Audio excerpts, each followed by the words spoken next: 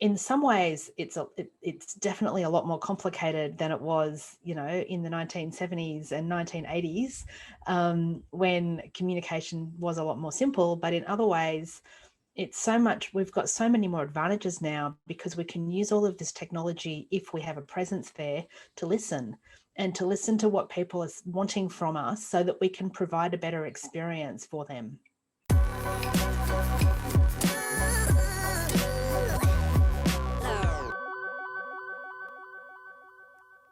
Hi, welcome to the Tarun Stevenson Leadership Channel. I'm your host, Tarun Stevenson, and we are all about helping you lead, communicate, and grow to your full potential. Whether you're tuning in on YouTube, Facebook, Instagram, or your favorite podcasting app, don't forget to subscribe and follow so that you can stay up to date with all our latest episodes. All right, here's the latest episode. Let's get into it. Well, hey, everybody. I'm here with Mel Kettle, and she's a leadership and communication expert. And it's so good to talk to someone in Australia who's on my time zone. I'm so often getting up early in the morning, having to talk to the other side of the world. So welcome to the show, Mel.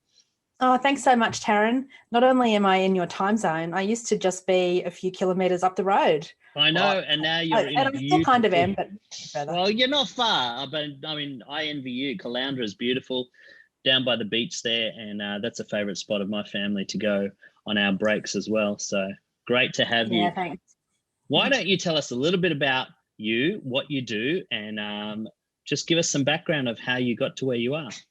Yeah, I'd love to. So I'm a communications consultant, and I work primarily with senior leaders and their teams, senior exec teams, and sometimes broader organisations to help them understand how to communicate better with clarity, with compassion, and with consistency, so that they can create sustained engagement, real connection, and sustained engagement. And I've worked in that space for a really long time. I guess the first time I realised communication was so critical was when I was a phenomenally shy and introverted 17-year-old and desperate to be accepted onto the Rotary Youth Exchange program. And I had to shove myself so far out of my comfort zone. I practically pushed myself to Canada, which is where I ended up going, by realising that I needed to come out of my shell and communicate and talk and show my true personality in ways that were meaningful to people. And so I've been on that path ever since. I love it. Now, communication is such a vital tool for effective leadership or just effective relationships in general. Why don't you give us a little bit of a definition of effective communication from your perspective? Oh, look, I can give you a good example of what it's not. I was chatting to someone the other day, and he said to me, I've communicated with all these people about this thing that we are doing together. And he said, and no one's responded to me. And I'm like, you've communicated and they haven't responded. How does that work? And all he'd done was email people. Right. And so I gently reminded him that email is not communication. Email is broadcasting to the person who's receiving it. And communication isn't really communication unless the other person or people receive the message and respond in the way that respond in some way, whether it's the way you want them to or some other way. But communication is a two-way medium. Somebody has to put the stuff out and somebody has to receive the stuff. So whether it's an email, whether it's a tweet, whether it's a social media post, it's only broadcasting, and which is like that one-way thing, if the other person doesn't get it. And so it's like when you think about it in terms of TV broadcasting.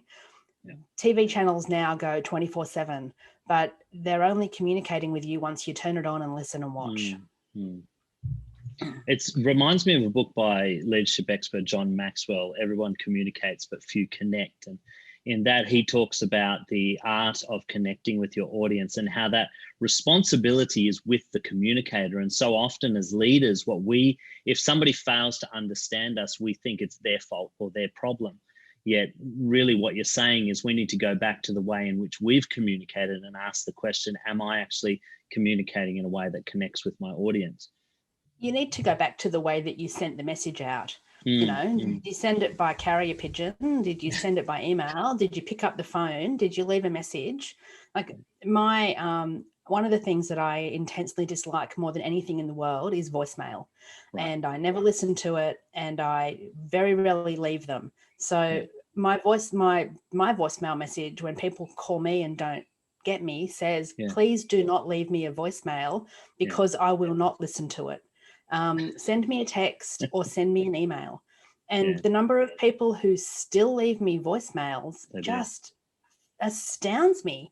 And then, they'll call again and again and again. And, if it's an unlisted number or an unknown number, or I'm doing something, I'm not going to answer it all the time. Yeah. And yet they're like, oh, you never got back to me. And I'm like, because I never got your message. Yeah. So you've got to really think through, what is it you're doing? How important is it that you want that message to get to the other person? And what is it that you're going to do to ensure that they get it? Yeah. And leaving a voicemail or sending an email is usually not going to be enough. So let's talk about that, because I share your dislike of voicemail. I have it out of, I guess, necessity more than because I'm going to listen to them very often. But my preferred mode of communicating is text message. I'll phone if I have to, but I like to be brief and to the point. But everybody has a different preferred mode of communication. So how, as leaders, do we, I guess, decipher the different modes and make sure that we're communicating in a way that everybody is receiving the message without overkill? So the easiest way is to ask. So whenever I get a new client, I say to them, how would you like me to communicate with you? And if my clients leave me voicemails, I will listen to them, because that is their preferred way of communicating. Sure. Anybody else? Maybe not. But you've got to go to the effort as the leader. You've got to go to the effort to find out, how do people in your world like to be communicated with? So how does your EA like to be communicated with? How does your exec team like to be communicated with? How do your broader staff like to be communicated with? And obviously, it can be really difficult to have a one size fits all and to please everyone, but you should know at least, the people who are those inner circle that you have a strong relationship with and that you mostly need to influence. You've got to get that right, because if you don't get that right, you're not going to influence them. So, the people you need to focus on the most, I believe, as a leader in the initial getting it right, is your exec assistant, probably your wife or husband or life partner, and your direct reports. And then the others, yes, you need to be in the places where they're at, but it's not quite as critical to get all of them right all of the time. Yeah, right. So, okay, so let's talk about that inner circle, if you like, the people that you have to really get it right with. I've worked with leaders who will say, it's not my job to use the mode that you prefer. It's your job to use the mode of communication that I prefer. So a lot of leaders will say, I want to use Facebook Messenger, and so everybody has to use Facebook Messenger. What do you think about that? Do you think that it's really incumbent on the leader to learn the modes of communication of their team, or the other way around? Yeah, I think it's incumbent on the leader. You're the leader. If you're not listening to your people and communicating with them in the way that they want to be communicated with, can you rightfully call yourself the leader? Okay, we'll unpack that a little bit more. Leaders need to be in service to the people they lead. And so a really strong, clear way of being in service is to listen. And if the people that you're leading are saying to you, we don't like Facebook Messenger, we would like to be communicated with in this particular way, or do whatever this particular thing is, you need to listen. You still might end up using Facebook Messenger, but you have a conversation about why that's important to you to use that channel. So,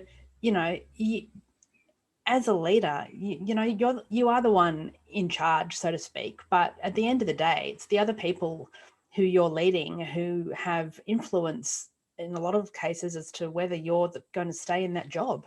Because if they don't perform, then you're out.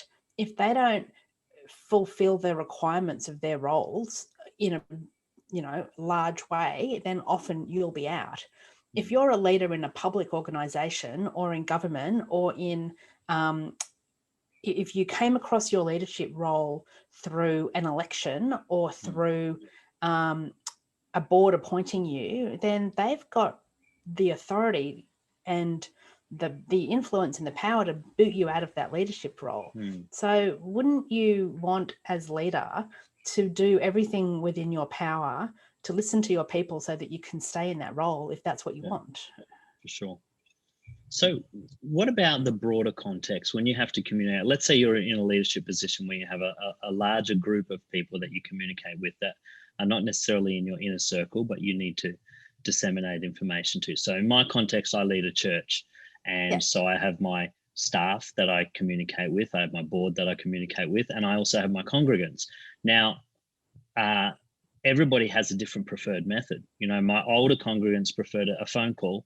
My middle-aged congregants prefer a text message or an email, and some of the younger ones, they prefer to be on Facebook or, you know, Snapchat or something like that. And is there a place where you say, okay, I've just got to pick one mode of communication because it just gets too complex if you're trying to cater for every style of, I guess, mode of communication? In today's world, we've got so many options available to us.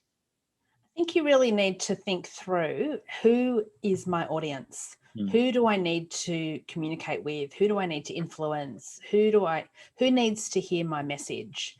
And then you need to break it down into different segments, which it sounds like you've done. You've got your younger congregants, you've got your, those in their 30s and 40s, you've got the 50s and 60s, and then you've got the older, and they all like different things. And it sounds like you know what they like. So sometimes you just need to say, okay, we need to disseminate that message in multiple different formats. Right. And we need to accept the fact that communication today is complicated and it's ever changing. And it's not just a bulletin that goes up on the church notice board with a copy on the seats or at the front of the church for people to take on their way out. Yeah. We now have phone trees, and we have technology that allows us to send broadcast text messages for things that are important. We've got technology that allows us to be online on Facebook, on TikTok, on Snapchat, on Instagram. And we've got technology that allows us to schedule content onto those channels, some of those channels, so that saves time. But we've also got technology so that we can listen to see what people on those channels are saying about us, about our competitors and to us. So in some ways, it's definitely a lot more complicated than it was, in the 1970s and 1980s, when communication was a lot more simple. But in other ways, we've got so many more advantages now because we can use all of this technology if we have a presence there to listen to what people are wanting from us so that we can provide a better experience for them. Great. So where's the line? I mean, because I'm just going through this myself in my own leadership of where does technology become more of a hindrance to communication and stop being, because I think from a company perspective or from a leadership perspective, technology makes things easy. You can automate things, you can schedule things. But there's a point, I think, where you lose connectivity with your people if you're not live, if you're not interacting with them in personal ways. So where do you find that line in terms of communication? Is there a line, or it's really on an individual basis? No, there is. But again, I think the technology also allows us to have that interactivity, and COVID has demonstrated that more than any other time, because we can have, we're on Zoom, we're in different cities at the moment, and we're looking at each other through the video technology that wasn't even really around 5 years ago. Facebook has so many features to allow you to be interactive. So does Instagram, so does so do all the other social media channels. And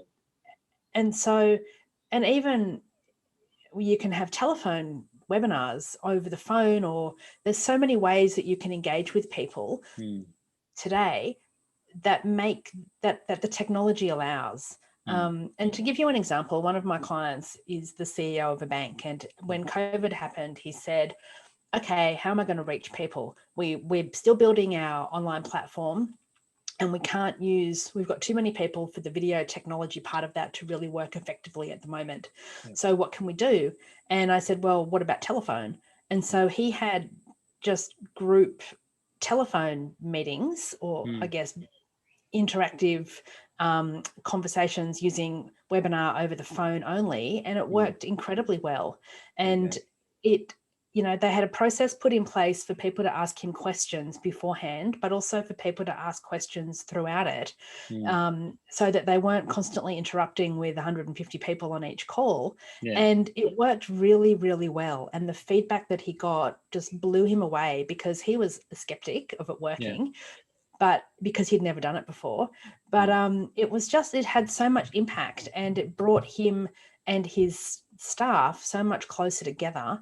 And it also had it also achieved his need of allaying their fear around whether their jobs were secure, whether the bank was safe, whether what they needed to do in order to be physically safe, but also mentally safe if they were in a home environment that might not have been good for them. So sometimes you have to work with what you've got, but sometimes you have to also think a little bit, not just outside the box, but across multiple boxes. So, and sometimes you've got to do different things for different people, and just accept that that's what you need to do. If the message you want to impart is important enough, and you genuinely want those people to hear it and to act upon it, then sometimes you need to do things in multiple different ways. Isn't it funny that we have to have that conversation? Because only 10 years ago, when I was in the corporate sector, conference calls were the norm, how you connected offices and how you had meetings across sites. And now we actually have to discuss whether we should use the phone to communicate in those modes anymore. It's I guess in some ways it's the multitude of technology that we've got available to us is both a blessing and a curse, and we've just got to be really careful we don't misuse it in the process of And it can be really difficult to decide. It can be really difficult to work out where to focus. I say to my clients, pick one or two or three, and once you worked out who your different segments are and what they like, how they like to be communicated with, then that gives you so much more knowledge, and knowledge is power, and in communication that's critical. So the more you know about the target markets or the audiences that you're wanting to reach, the more you can make an informed decision about which communication channels to use. And I remember another one of my clients was producing, they're an association, and they were sending out hard copy newsletters every quarter at huge expense. And they did a bit of research and found out that there were only 10 members who actually really wanted the hard copy newsletter. Everybody else was happy to have an electronic copy or to go to the website to get the information they needed. And so they still did the quarterly newsletters, but they did them electronically, except for these 10 members, where they just went down to snap printing or somewhere and had 10 copies printed off, and they put those 10 copies in 10 envelopes and mailed them to those 10 members.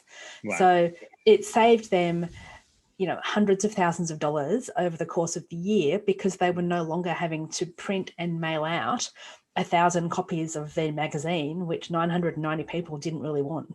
Yeah. Wow. Isn't that fascinating? And it shows how important it is to know your demographic. In my consulting business, I work a lot with schools, and I've tried all modes of communication, from Facebook ads through to emails, and hard direct mail is the most successful way of communicating with schools. And so I still send out thousands of letters every quarter because that's the mode that schools prefer. Whereas, like you say, in another demographic, the email is going to be a preferred way of communicating. So let's talk about, take it one step further. We understand the modes of communication, but what about the whole idea of communicating with connection and empathy and consistency? Why is that important? Why does it matter to have empathy when you communicate? If you don't show empathy, then people will think you just don't care. And it depends on the message that you have to impart. If you've got to impart if your messages are going to directly impact the people that you're imparting them to, so for example, a lot of messages around COVID, if they weren't delivered with empathy, then it would be really easy for you to think that your boss or your organization just didn't care. Yeah.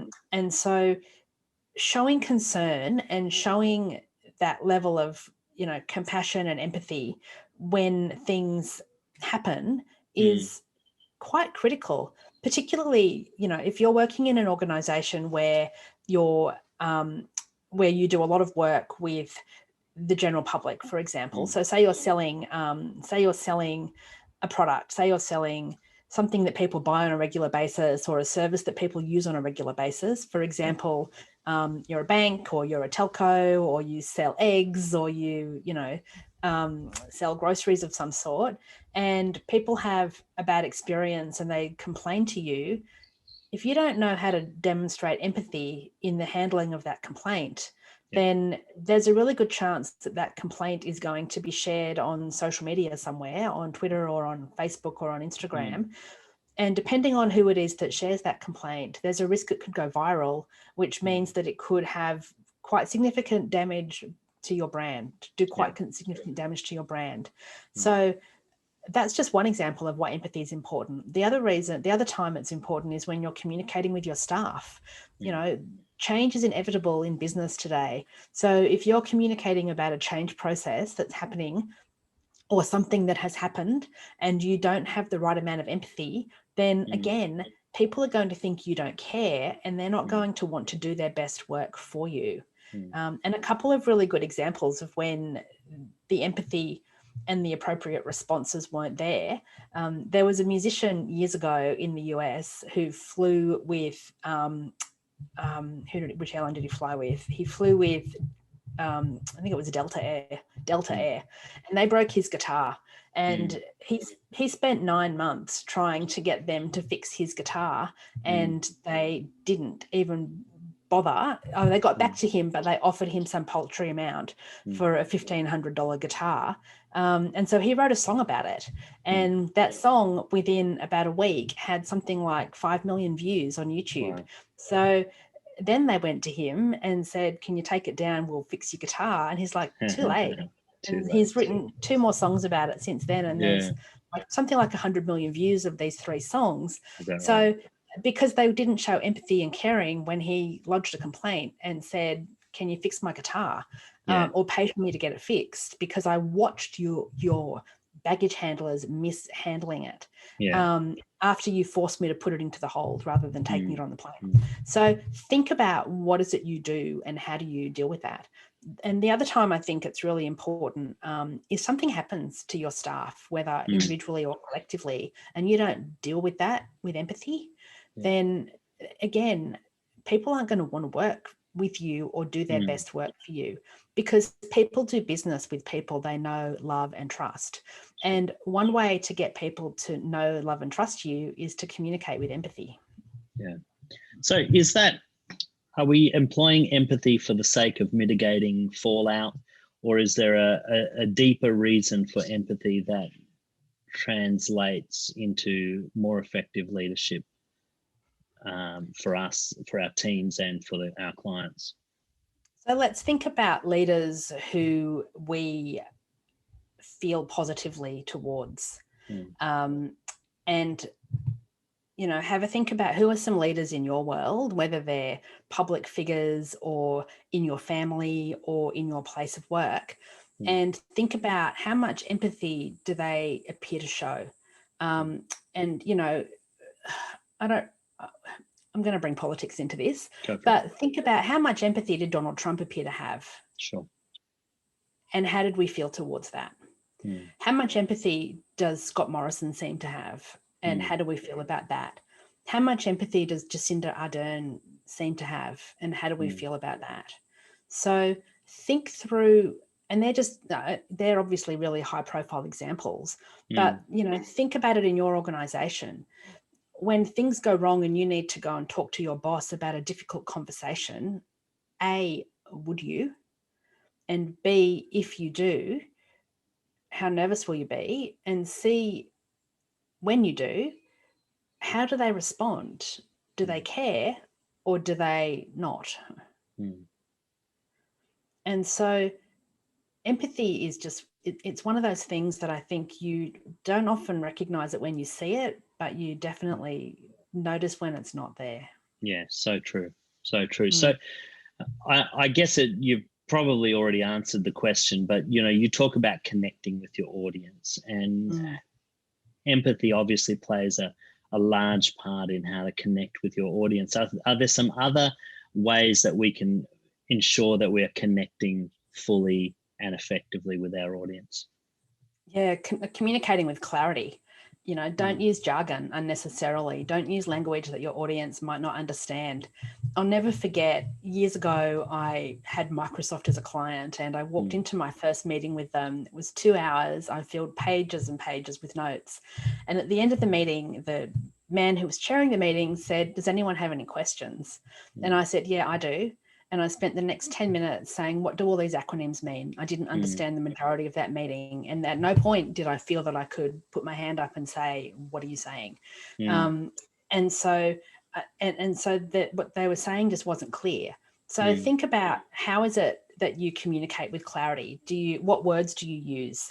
If you're communicating something that's complicated, can you say, it's like this? Can you use a metaphor? Can you use a story to describe it better? Can you back it up with data if necessary?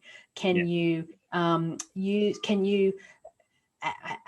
encourage active listening, so that you can say to the person, do you understand what I'm saying? Can you repeat back to me what I'm saying in ways that don't make them feel small and stupid? So how do you ensure that people get it? Great. And then the third thing is, how are you communicating consistently?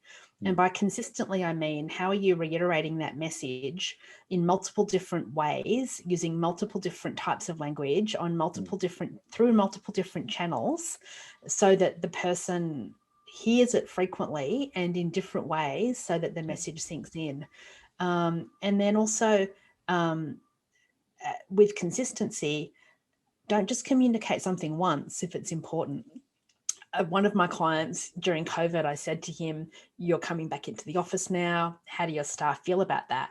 And he said, oh yeah, they're fine. They're all looking forward to it. And I said, oh, when did you ask them? He said, I asked them a month ago and they were all looking forward to it. And I said, well, there's been a few developments since in the last month. Maybe you should ask them again. And, just reiterate to them that it is a safe place to work, and that you are providing parking spaces, and that they will all be socially distanced in the office. And he said, what do you mean? And I said, well, you need to tell people important things more than once. And he said, oh, I never even thought about that. So sometimes we think just because how many we say times, it once, what's the rule of thumb? Sorry for cutting you off there. No. I think it used to be 7, I think. But I think now we're so bombarded with messages that I reckon it's probably got to be closer to 20 or 25. Yeah. Because, think about, well, I'll give you my morning. I woke up this morning.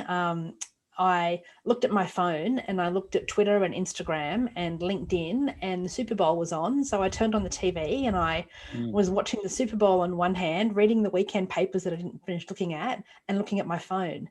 And so 3 different types of messaging was all bombarding me in different ways. And the only reason there wasn't the 4th of my husband is because he'd gone to work. So we multitask and we multi-screen every time, like every day. So you really need to make sure your messages get cut through. And, I can't tell you what any of the ads were that I saw on TV while I was watching the Super Bowl this morning. And, I can tell you, actually, I saw, what was the ad that I watched? No, I can't even remember. Yes, I can. I watched an ad on YouTube for Dine and Dash, or Dash Dine, or whatever the American version of Uber Eats is. Yeah. And it had the guy from Hamilton and Sesame Street cast talking about how when you use their service, you should be buying products from or ordering from your local businesses in your neighborhood. And I loved it. but I can't remember the name of the brand or the company because it's not one we have here. And even though I know who they are, it didn't cut through that much. It was all Sesame Street for me and the catchy song of In the Neighborhood. So try to think about what was the last ad you saw. What was an ad you might have seen on social media or on TV or heard on the radio or seen in print in the last hour? Because you would have seen many, many, many, I'm guessing.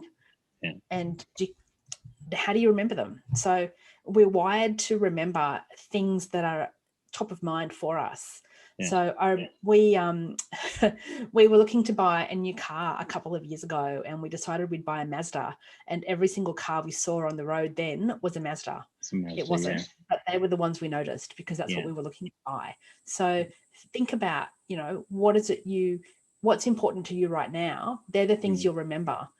So you need to work out, how do you make what your messaging is for your audience important to them right now? Yeah.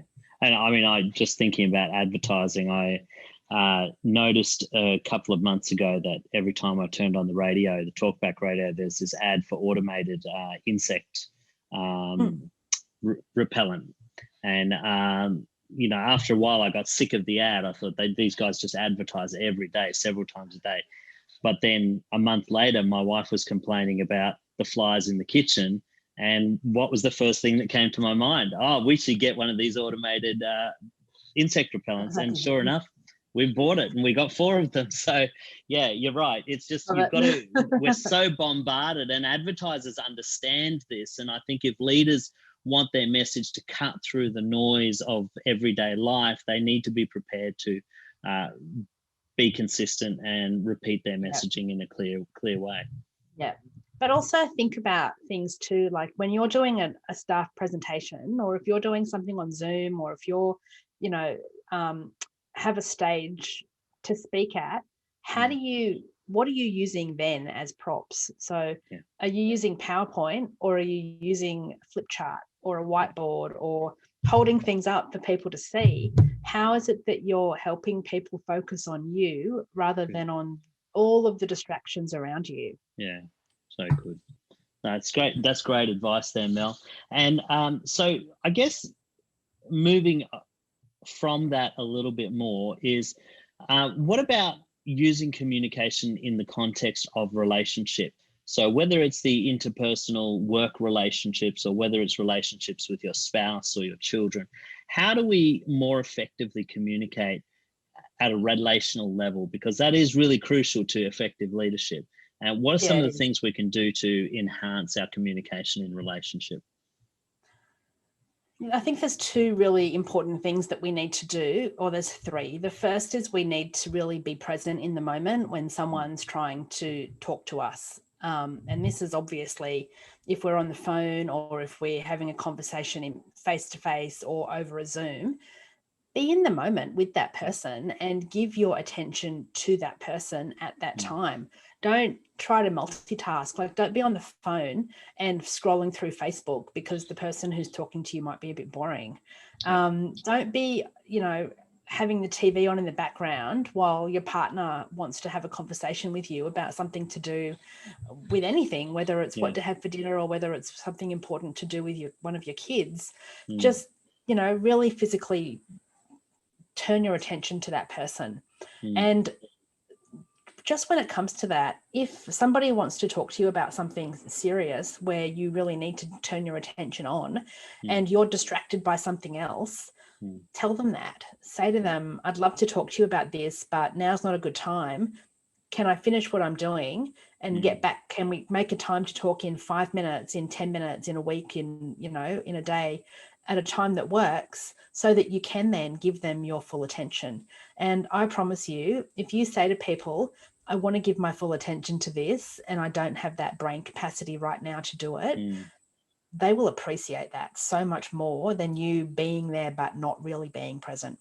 Yeah, that's such good advice there, because so often I think for the fear of offending people or making them feel rejected, we'll listen or try to listen when we've got other things on our mind, and we never really hear them, and it ends up compounding the problem rather than being a solution. Yeah. And I know I can't be the only person who has a husband who decides to download his entire day, all the drama, and ask for advice when I'm in bed, when we're both in bed, and I'm 5 seconds away from being asleep. He's like, let's have a chat. And I'm like, seriously? We've had dinner together and you couldn't have asked me. We could have turned off the TV so that we could have had this conversation. After I've crawled into bed is not the right time. That's so good. And one of the things that I've learned, because I teach a course on educating boys for school teachers, and just the different ways in which men and women communicate. And, with my wife, she knows that if I'm working and she wants to talk to me, she has to ask me to stop doing what I'm doing. Can you just not type on your laptop for 1 minute? Because I will nod my head and I will say yes, but I'm not actually paying attention to anything she's saying. And, just understanding those differences in the way individuals communicate can make such a profound difference. Or, when my wife wants to talk to me, trying to find out if she's looking for a solution or whether she's just sharing her feelings, because they require two different responses from me. Oh my God, yes. I feel like that should be a mandatory question. Do you just want me to listen, or do you want me to give you a solution, or do you want me to give you advice? Yeah. Because the answer, that's relationship saving, that question. So good. And that's really with men. Men don't talk until they actually want advice. So they'll process internally, whereas women tend to talk because they're searching for a solution. And so often men want to offer a solution, because they think, oh, you're asking for advice. And it can be fraught with danger in that regard, for sure. Any other tips that you want to share about relationships there? The other thing I think is just listen, learn how to listen and learn how to observe, and learn how to ask questions, because asking, listening and observing is such an integral part of communication that so many people forget about.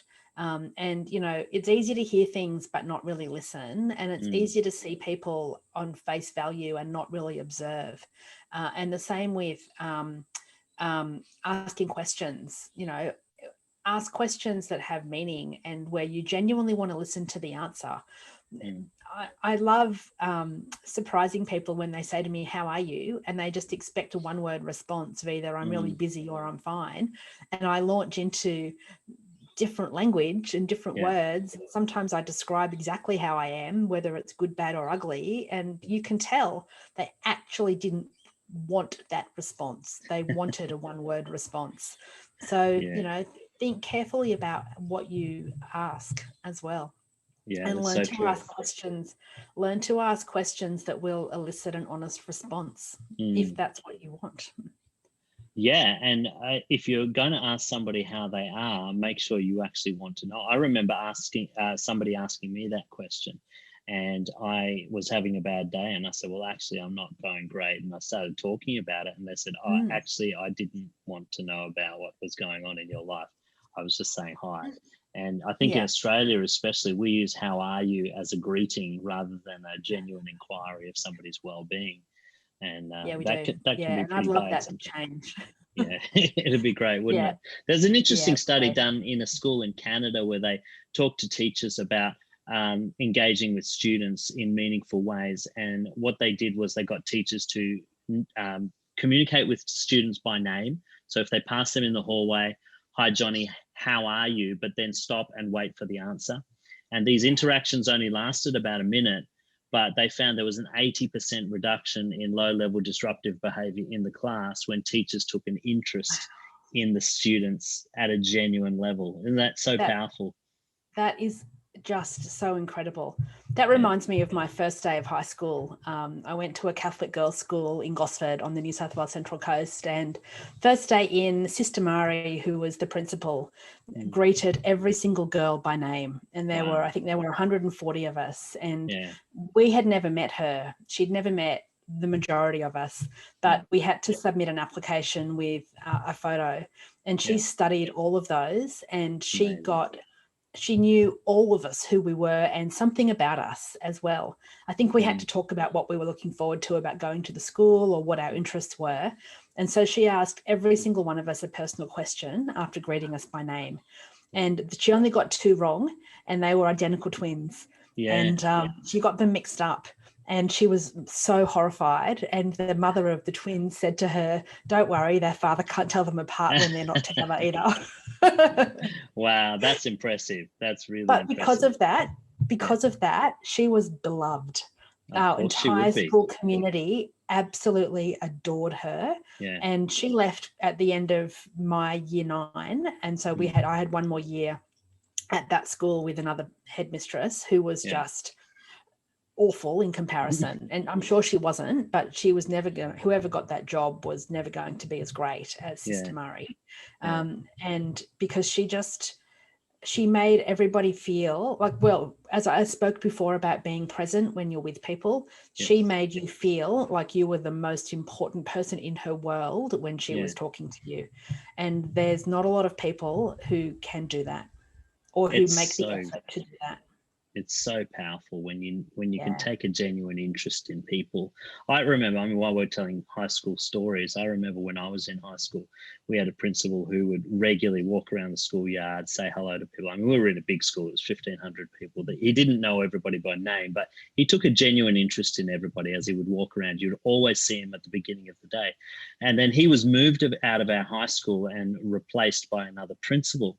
And we had a walkout of our classes in protest of losing this principal. This is a school of 1,500. They all went out onto the Oval and had a sit-in and said, we want our old principal back. And the news came in, and it was a big day, but just the power of one man who took the time to just engage with students in a meaningful way. It was just quite incredible to watch. Yeah.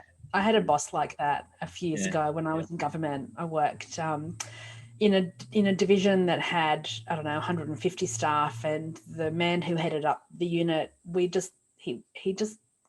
oozed empathy, and he oozed love, and the job that most of us had was really difficult. We copped a lot of flack from the public for what we did, and a lot of flack from the industry in which we worked in. And this man, Wayne, just led us with grace. And he was acting in the job and didn't get it permanently. And when he told us that, he was crying, and almost everybody in the room was crying, including hard-nosed investigators who I don't think they even knew what a tear was. And that was the degree of impact that he had on our workplace in the 6 months that he had been there. And it was just heartbreaking when he left. Yeah, that's always tough when those sort of things happen, but it's a powerful lesson on how important it is to build positive, mutually respectful relationships with the people that you lead, and really take the time to know them and connect with them in meaningful ways. That's just such good advice, Mel. Now, you've got a book called The Social Association. Why don't you tell us about your book? Because I think it's got some interesting keys for leaders who are looking to connect with their audiences more effectively. Yeah, thanks, Tarun. So my book, as you said, is called The Social Association. I wrote it a couple of years ago.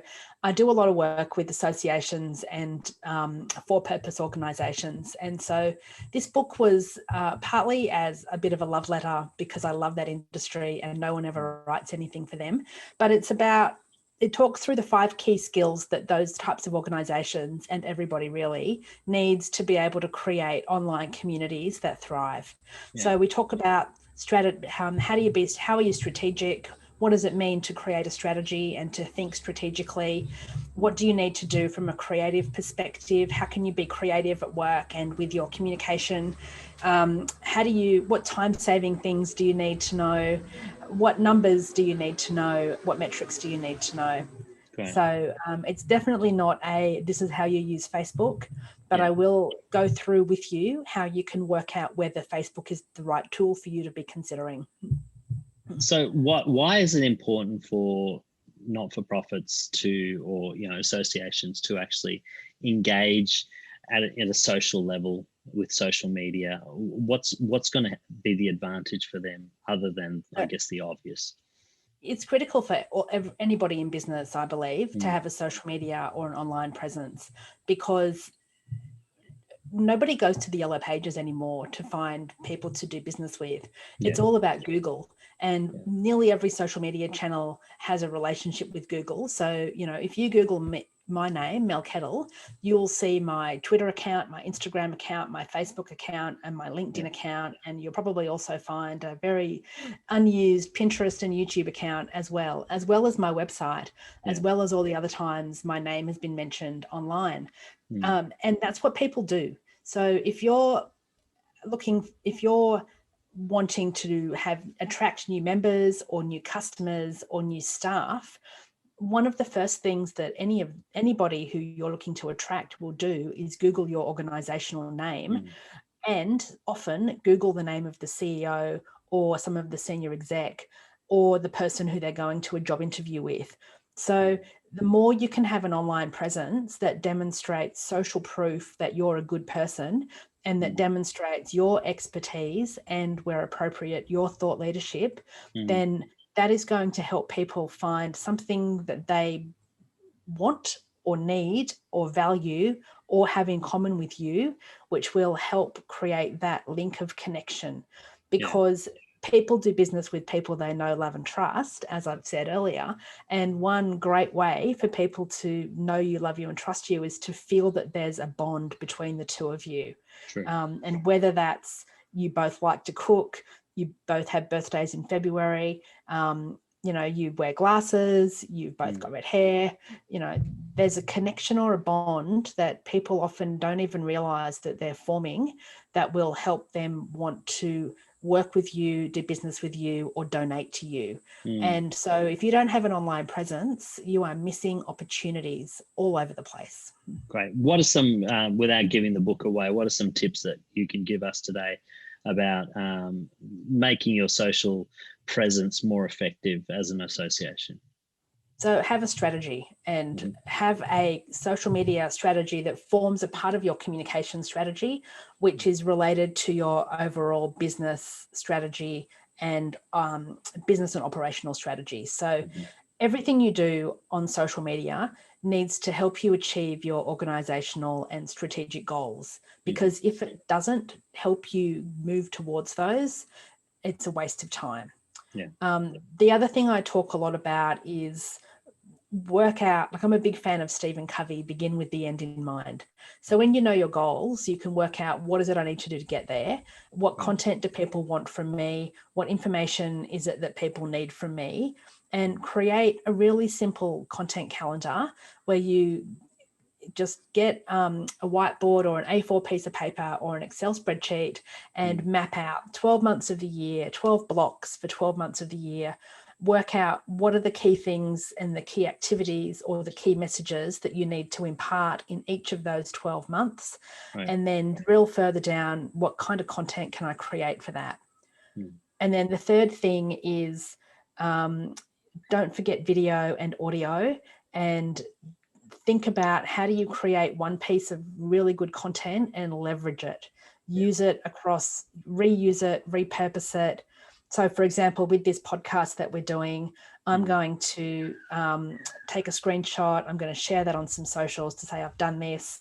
I'll promote it when it comes out through my socials, but I'm also going to, if you don't transcribe it, then I'm going to transcribe my bit so that, because I've said some great things that I thought I must remember that for later. So then I can turn it into an article, or I can turn it into a few social media posts, or I can create another video just with me talking on some of these these points and elaborating on them. So, I'm a big believer in think once, use often. And great. social media allows you to do that. Yeah, that's so good. And you've hit it on the head with repurposing what you've got. I mean, I do that with my channels where I record straight to camera for my videos. Then I turn it into a blog. Then I turn it into quotes that go up as well. And so there are so many different ways that you can use your content and repurpose it. And like you say, it's everybody prefers a different channel. And so I'm using that content in different ways. I'm sending an email newsletter. I'm using social media, Facebook, Instagram, YouTube, and everybody who's connecting are coming from different channels. They're not all sitting on the same channel. So Yeah, it's Exactly. great advice there, Mel. Yeah, and I find the same. You know, I use I love Twitter. I use Instagram, LinkedIn, Facebook a little bit, a newsletter, podcasting. I'm getting a bit more into YouTube this year, and I know that there'll be a few people who might see me on 2 or 3 of those channels, but nobody will be across all of them. Exactly. And the demographic data of who uses each channel shows us that the users are really different.